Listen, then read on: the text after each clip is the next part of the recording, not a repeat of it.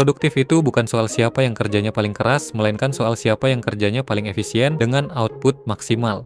Nah, di video kali ini kita akan bahas berbagai tips atau istilah soal ilmu produktivitas. Mari kita mulai dari yang pertama.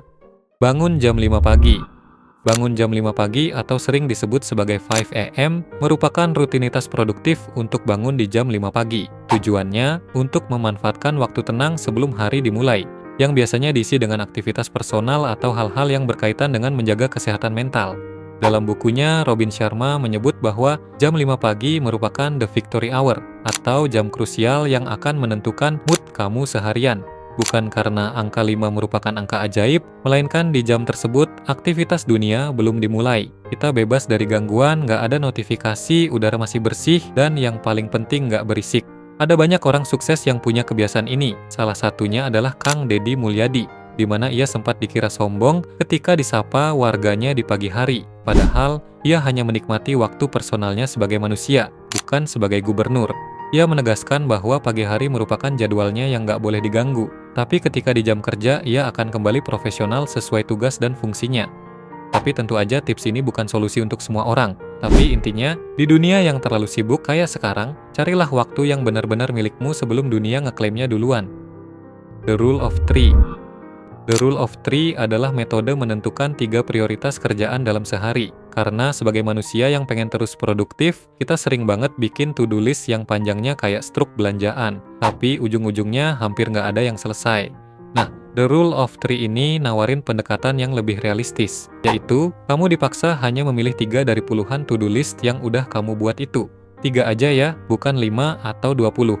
Bikin to-do list yang panjang tuh memang seru, tapi pas mau dieksekusi seringkali bikin frustrasi. Karena otak manusia itu gampang kewalahan kalau dihadapin dengan terlalu banyak tugas atau pilihan. Jadi, lebih baik pilih 3 hal terpenting daripada banyak-banyak tapi ujungnya nggak dikerjain.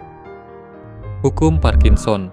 Hukum Parkinson adalah teori yang menyatakan bahwa durasi dari suatu kerjaan akan terus melebar mengikuti tenggat waktu yang diberikan. Jika dosen atau bosmu ngasih waktu seminggu buat bikin laporan, maka kamu bakal ngerjain itu pelan-pelan selama 1 minggu. Tapi kalau laporannya diminta besok pagi, maka dalam semalam laporan itu bisa langsung jadi. Nah, inilah yang disebut sebagai hukum Parkinson. Jika kamu dikasih tugas selama 3 jam, maka akan selesai dalam 3 jam. Kalau kamu dikasih waktu 1 jam, maka tugas itu akan selesai dalam 1 jam.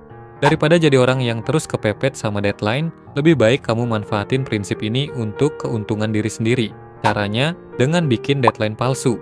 Kalau kamu dapat tugas dalam waktu seminggu, bilang ke diri sendiri bahwa deadline-nya cuma 1-3 hari. Sedangkan sisa waktunya bebas mau kamu apain. Karena dengan sengaja membatasi waktu, maka otakmu dipaksa kerja dengan sangat efisien sambil ngebuang detail lain yang nggak penting. Prinsip Pareto.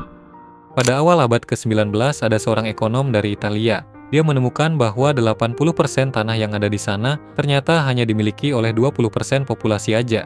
Kemudian ia mengecek hal serupa di berbagai konteks dan ternyata polanya tetap sama. Di dunia bisnis makanan, 80% pendapatan berasal dari 20% menu yang ada di restoran.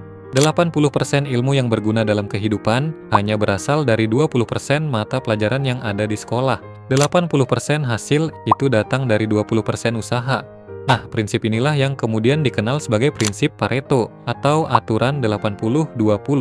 Dalam konteks produktivitas, coba perhatiin semua daftar yang ada di to-do listmu. Coba pilih sekitar 20% aja yang sekiranya berdampak besar ke hidupmu, lalu fokus aja kerjain itu. Contoh lain, misalnya kamu mau belajar bahasa Korea. Jangan hafalin 10.000 kata yang ada di film drama, tapi cukup pahamin ratusan kata yang paling sering dipakai dalam percakapan sehari-harinya, karena umumnya itu udah mencakup sekitar 80% dari bahasa percakapan. Temptation Bundling. Temptation Bundling adalah teknik produktivitas yang menggabungkan sesuatu yang kamu suka dengan hal yang kamu benci. Tujuannya, biar kamu tetap produktif tapi nggak sampai stres-stres banget. Misalnya jogging sambil denger musik, nyuci piring sambil denger podcast, atau belajar dengan nonton anime. Jika kamu nggak suka belajar tapi kamu suka nonton anime, maka coba gabungkan keduanya. Misalnya dengan belajar 30 menit, lalu kasih reward ke diri sendiri dengan nonton anime sebanyak 1 episode. Ulangin lagi siklus ini sebanyak yang kamu bisa. Dengan begitu, kamu ngelihat belajar bukan lagi sebagai siksaan, melainkan sebagai tantangan yang harus dihadapi untuk memperoleh kenikmatan. Task batching. Task batching merupakan teknik mengelompokkan tugas-tugas sejenis dan mengerjakannya dalam satu waktu. Tujuannya untuk mengurangi waktu yang terbuang akibat pindah-pindah jenis kerjaan. Nah, otak kita tuh butuh energi yang besar banget cuma buat pindah-pindah fokus aja. Misalnya sekarang kamu lagi ngerjain tugas kuliah, terus scrolling bentar, lalu balik lagi ngerjain tugas utama. Ini nggak bakal efektif. Karena otak kita nggak bisa ngeluarin semua potensinya ketika fokus kita berpindah-pindah. Bahkan ada penelitian dari American Psychological Association yang nunjukin bahwa kebiasaan multitasking kayak gini tuh bisa nurunin produktivitas sampai 40%. Logikanya sama kayak nyuci baju. Nggak mungkin kan setiap ada satu baju yang kotor langsung kita cuci saat itu juga. Pasti bajunya dikumpulin dulu, baru nanti dicuci dalam satu waktu. Nah, task batching ini prinsipnya sama kayak gitu. Misalnya, kamu hanya balas pesan di jam 1. Semua hal yang sifatnya berbentuk pesan kayak email, WhatsApp, atau apapun itu, semuanya dikerjakan dalam satu waktu. Dengan cara ini, maka otakmu bisa mikir sampai ke titik paling fokusnya. Oleh karena itulah, task batching ini dianggap sebagai solusi dari masalah multitasking. Tapi, ada banyak tips lain buat ngakalin sistem ini, di mana kamu tetap bisa produktif dan mikir dengan jernih walaupun sambil multitasking. Nah, semua tips tersebut sudah kita jelasin secara detail di buku ini. Complete Peak Productivity merupakan buku digital karya edutektif yang membahas strategi produktivitas terbaik dari seluruh dunia. Buku ini merupakan hasil ekstraksi, penyaringan, dan pengujian selama bertahun-tahun agar relevan dengan konteks kita di Indonesia. Materi di buku ini telah disesuaikan agar proses pembelajaranmu jadi terstruktur, mulai dari menemukan tujuan hidup, mengembangkan mindset, membentuk habit positif, sampai dengan membuat semua strategi itu mampu bertahan seumur hidup. Jadi kita produktifnya nggak hanya pas ada motivasi aja. Buku ini didesain khusus untuk dibaca di perangkat digital, jadi sangat nyaman dibaca di handphone, tablet, ataupun laptop. Penulisannya juga sudah disesuaikan dengan gaya edutektif yang dibuat sesederhana mungkin dengan menggunakan perumpamaan sehari-hari. Sehingga buku ini sangat mudah dipahami, walaupun untuk orang yang jarang baca sekalipun. Jadi, buatlah dirimu di masa depan berterima kasih dengan keputusan hidup yang kamu ambil hari ini. Misalnya dengan cek link di deskripsi, lalu baca e-book ini. Eat the Frog. Kalau kamu harus makan katak, lebih baik dimakan di pagi hari. Tapi kalau kamu harus makan 2 katak, maka makanlah yang lebih besar duluan. Eat the frog yang secara harfiah berarti makan katak adalah metafora untuk tindakan ngerjain tugas yang paling sulit atau paling berat duluan. Dalam bukunya, Brian Tracy menjelaskan bahwa kita sering menunda hal yang penting dalam hidup kita sampai di akhir deadline. Misalnya ngerjain skripsi, buat tugas, atau apapun itu di waktu-waktu yang paling mepet. Sedangkan di waktu luang justru lebih sering kita pakai buat hal-hal nggak penting, kayak scrolling, main game, nonton film, atau bersih-bersih kamar sebagai pelarian.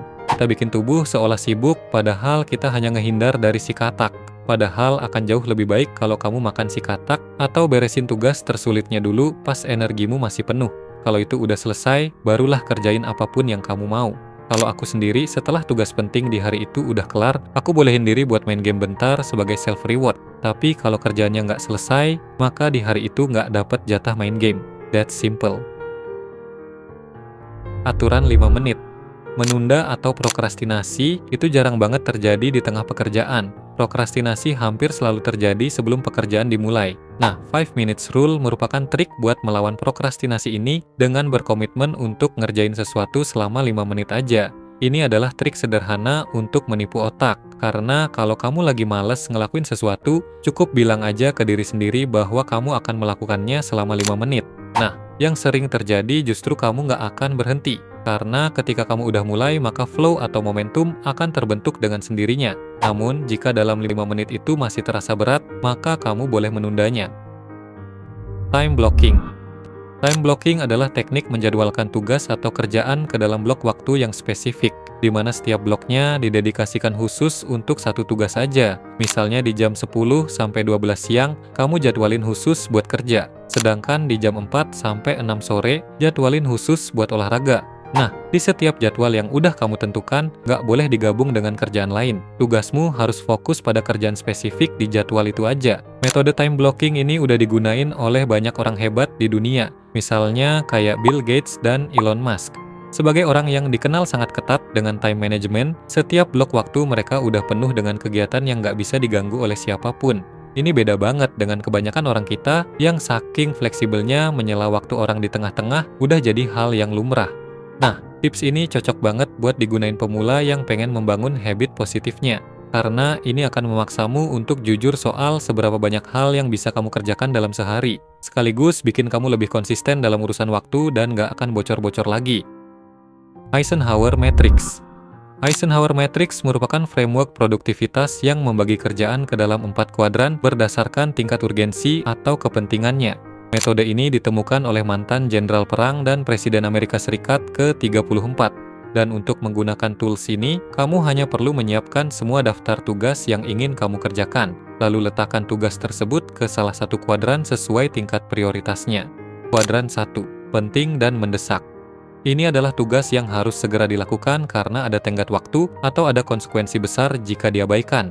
Misalnya, membayar tagihan listrik yang jatuh tempo atau melakukan presentasi ke calon investor besar bagi perusahaan. Karena kuadran ini sifatnya penting dan mendesak, maka aktivitas di kuadran ini harus segera kamu kerjakan. Kuadran 2, penting tapi tidak mendesak. Ini adalah tugas yang membantumu untuk mencapai tujuan jangka panjang seperti olahraga, belajar keterampilan baru, atau bersosialisasi. Misalnya, membaca buku, belajar bahasa Inggris, berinvestasi, atau melakukan servis kendaraan pribadi. Itu semua memang penting untuk dilakukan, hanya saja sifatnya tidak mendesak atau bisa kamu kerjakan di lain kesempatan. Kuadran 3, tidak penting tapi mendesak.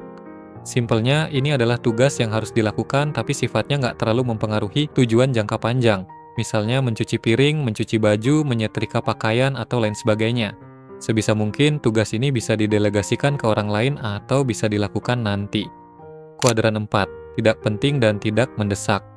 Ini adalah jenis aktivitas yang tidak perlu kamu lakukan, karena nggak ada substansi atau nggak berpengaruh sama sekali dalam hidupmu. Misalnya, scroll-scroll sosmed tanpa tujuan yang jelas atau berlama-lama bengong di kamar mandi.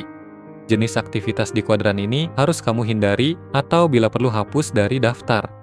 Itulah 4 kuadran dari Eisenhower Matrix yang bisa kamu gunakan untuk menentukan prioritas kegiatan yang ingin kamu kerjakan. Konsep lantai dan langit.